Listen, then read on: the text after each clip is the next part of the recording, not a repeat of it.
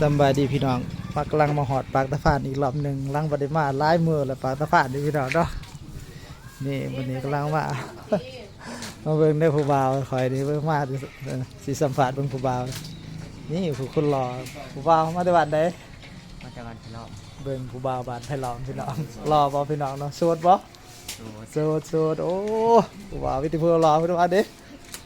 ผู้บ่าวดอนไผ่บ้าน มาจากดอนไผ่บ้านพวกเรานะครับมาส่งลูกค้าคือเก่าพี่น้องมื้อนี้เบิ่ง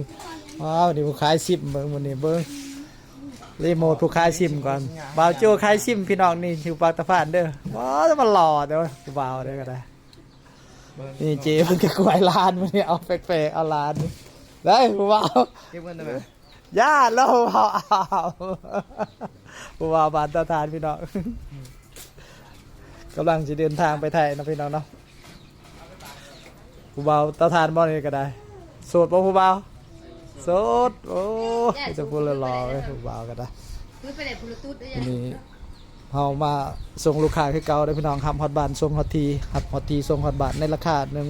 1,400 บาทพี่น้องเมืองว่าปีเด้อเมืองคงคือกันเมืองคงก็ 1,400 บาทเด้อ